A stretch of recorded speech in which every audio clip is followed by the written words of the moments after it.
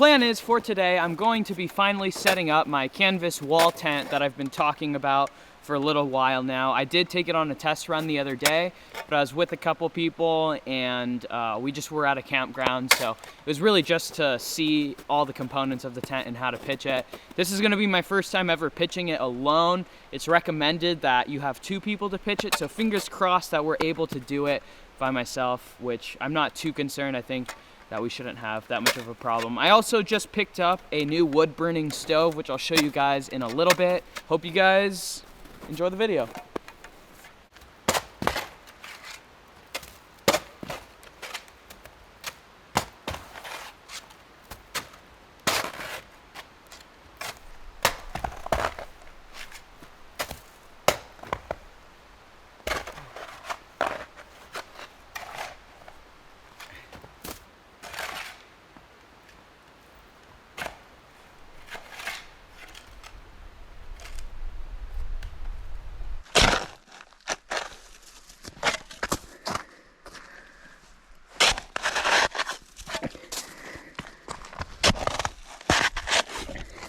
So this is the area that I cleared out, and it's not completely level, but honestly I'm only going to be here for a night, so I didn't want to go through all that effort to make it like completely level. And it's definitely a lot better than setting up on the snowpack, I think.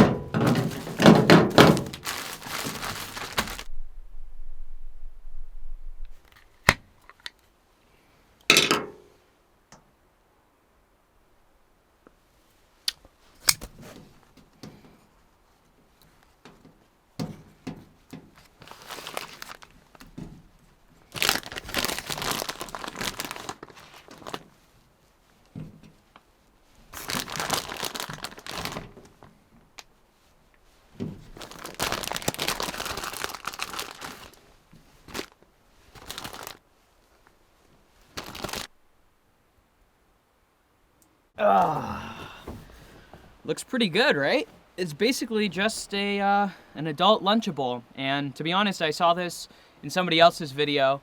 If you guys watch Outdoor Chef Life, you might have seen him make this. I think that he uses like a garlic naan bread instead of the pita, and I think he might have heated it up, but I'm not sure. This is just like a super simple, easy, quick lunch, which is exactly what I need because I still have a lot of work to do. I think I'm gonna eat it calzone style. Cheers.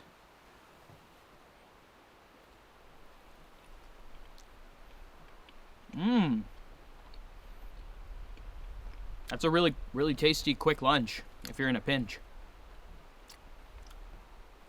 Well, there has been a change of plans. This lady just came hiking down from the trail, and she said that there's a couple people up here in a Ford Focus that are stuck up the road, so I'm gonna try to help. I don't really have any recovery gear, unfortunately. I do have a shovel, and so we're gonna try to dig them out and push them, at least so they could get unstuck. I don't know why they, honestly, I don't know why they have a Ford Focus up here. Even in my 4-wheel drive truck, I've felt a little bit sketch coming up here, but let's go check it out.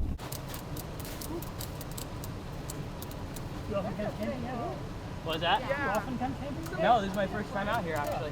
Yeah. Not expecting this much snow. Is it still, it's still on, right? In neutral? Yeah. Okay. Yeah, you don't have a park. Yeah. That way if it starts rolling, we don't crash. Yeah.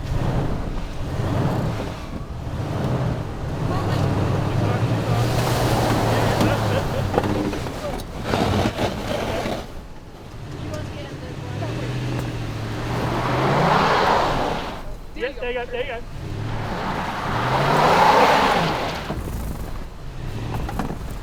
There you go. There, whoa up. We'll go the wheel the other way. Wheel the other way. That's it.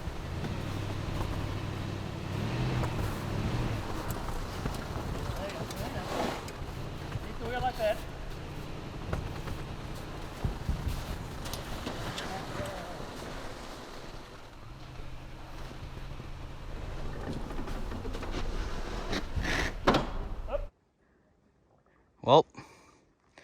No good deed goes unpunished.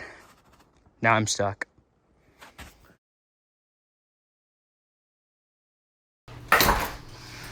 Okay, let me explain what went down, because at a certain point I just stopped filming because it was a very stressful situation and I probably should have done a better job at documenting the whole thing, but yeah, it was just a stressful situation, so I didn't take out the camera. Before we get into that, I know this is going to be the second story time video this week, and I apologize. I tried twice to go out and film an adventure, but both times were a failure. This is one of them. So this is what I've got for you. But I feel like there is a valuable lesson to be learned from this whole experience. So that's why I'm sharing it with you guys. Let's just get into it. Basically, I got stuck, like you saw. My truck got stuck in the snow. And what happened was I was eating my lunch and this lady came down. She came down and was like, "Hey, me and my husband are about a mile up the road and we've been helping these two girls who got stuck in their vehicle in the snow. Do you have any kind of gear that we could like use to try to help recover them?" And I didn't have any snow recovery gear. I didn't have any traction pads or a winch or a tow strap or anything like that. But being the naive person that I am, I thought, okay, well, you know, I could drive up there and try to help them get unstuck. So me and this lady hop in the truck, we drive up through the snow, and mind you, it was pretty deep snow. It was much deeper than I ever expected. And the lady told me that it was a Ford Focus that they were driving, which is a little sedan. So I was under the impression that they drove up a little sedan up into the snow and got stuck. And so I thought like, okay, well, I have a lifted truck with big meaty tires and four-wheel drive. I could at least get up there and get to them and try to help in some way tow them out. It turns out they were actually in a Ford Escape, which is a small SUV that had four-wheel drive, and they had chains. The snow was just super soft and super treacherous, which I was not aware of when I agreed to go try to help get them up. But anyways, we get there, and the two girls had basically gone off the side of the road into like the very deep snow on the side of the road, and that's where they got stuck. So after trying to use the shovel to dig them out a bit, that didn't help at all. I realized I had some ratchet straps in the truck, which are definitely not rated to help recover or tow or do anything like that, but I figured it was worth a shot because that was kind of like our last option. So we hooked it up, and like you saw in the footage, I was somehow able to actually pull them out completely, and they got unstuck. It was what you could consider a miracle because I had actually very, very low hopes that the ratchet straps would work. But anyways, they got unstuck, and where we were on the mountain, you had to basically just reverse down because there was no good points to turn around, because off the sides of the roads, that's where the really deep, soft snow was that you could get stuck in really easily. So we're reversing back down. You have to reverse like a mile, and you have to like, it was very, very tedious. And it looked like they were gonna get stuck again as I was like driving backwards. And so I thought, oh yeah, I have a four-wheel drive truck. I'll be able to turn around no problem. I'll carve out some tracks and turn around and they'll be able to turn around. So I tried to turn around, and immediately as soon as I went into the snowbank, stuck. I tried to give it some gas. My wheels dug in even further, stuck even worse. Yeah, that was an idiotic mistake. I definitely should have just continued and reversed the whole way out, but something in me thought that I could do it, so I give it a shot. But anyways, after realizing that the truck was completely stuck, and we tried to get it out for like an hour before just giving up and accepting the fact that the only way the truck was gonna get unstuck was to get some kind of tow.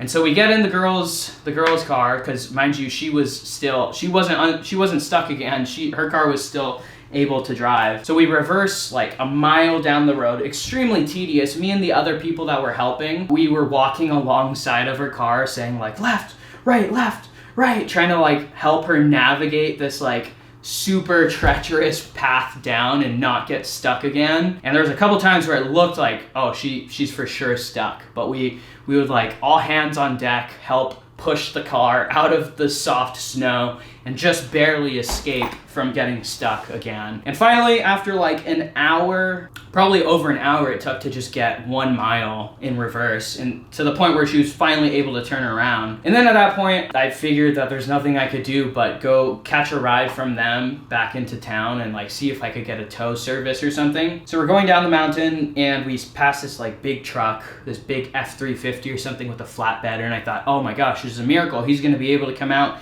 and help pull me out. But I talked to the guy and he was like, yeah, no, I'm not going up there because those forest roads, there's very deep snow, my truck is heavy, it's gonna sink in, I'm gonna get stuck, so I can't help you. And honestly, there's no tow service that's gonna help you, and if there is someone who's gonna help you, they're gonna charge an arm and a leg for it. So my hopes were pretty low, and I was feeling pretty down by this point because I thought, well, I guess I'm just gonna have to abandon my truck there until an indefinite amount of time, until maybe the snow goes away or I could find somebody who's willing to help. So we get back in the car, drive back into town. We go to this market. It's a very small town in Washington, like one of those towns where literally everybody knows each other. Like everybody is aware of everybody else who lives there. So it's one of those towns. And I'm talking to the lady at the market, and she's really, really nice and kind and sweet. And apparently this kind of stuff happens quite often because they even have a Facebook group called Southwest Washington Off-Road Recovery Group. And it's basically just like random citizens who are helping other people who get stuck. So I was chatting with her for a bit. She offered up some suggestions, and I actually got a hold of this guy who had a tow company,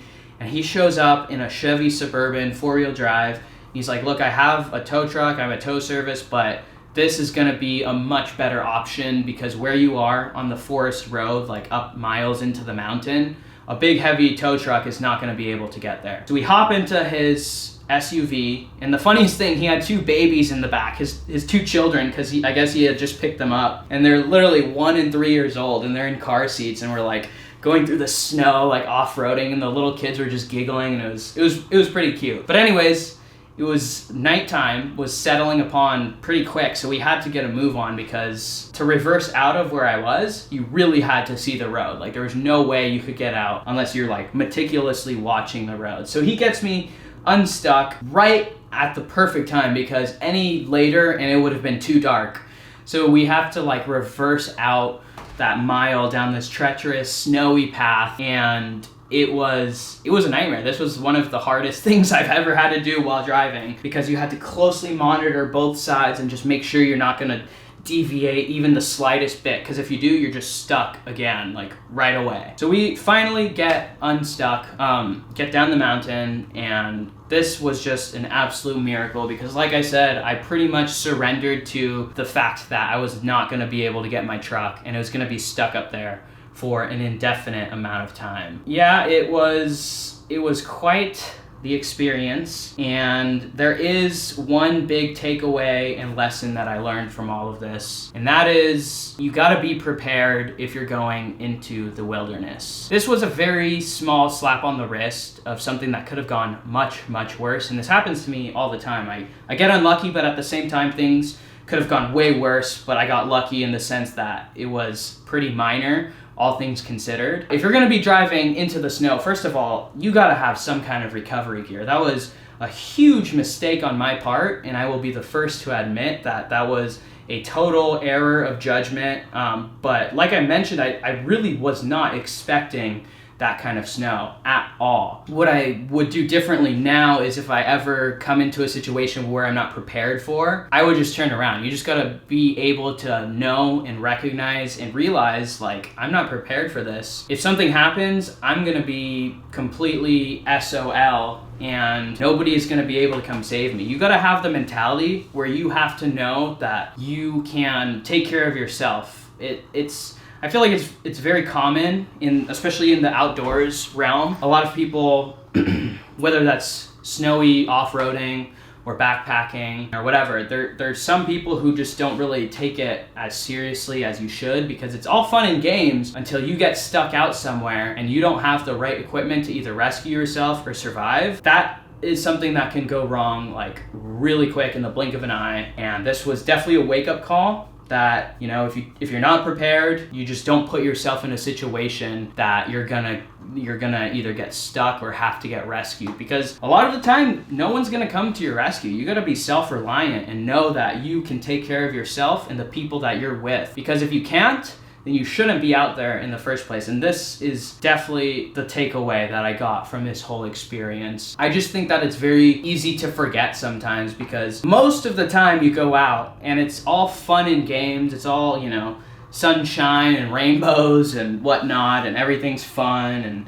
you don't really think too much about the disaster situations, because they're rare. They're more rare than not, so it's easy to overlook them. But those are the situations that you have to prepare and plan for the most, because if you don't, as I learned, things can go south really quick. And granted, I probably wouldn't have gotten stuck if I didn't like drive up further into the mushy snow to try to help those girls get out.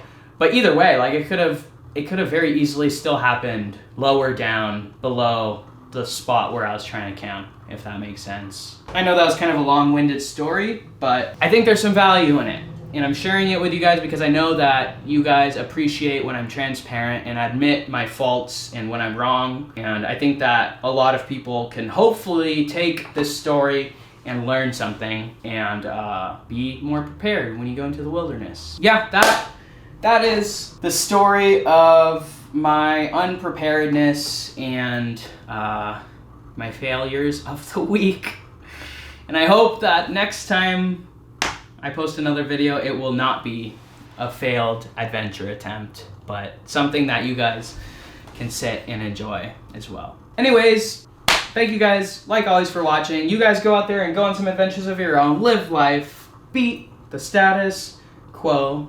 Y'all know the drill. Enjoy the rest of your day. Sorry, wow. Enjoy the rest of your day, and I'll see you in the next one. Peace.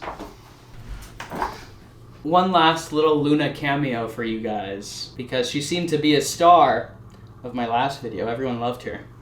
Look at her. How could you not love her? Say hi. Hello. Okay. What about me? Oh, there's Tessa. Hello, Tessa. Say hi to everyone. Hello. Okay, that's Tessa's way of I'm trying saying to look hi, at I the guess. monitor. Okay, alright, bye guys. Say bye, Luna. Say bye, Luna. Oh, okay. I'm sorry. You're free.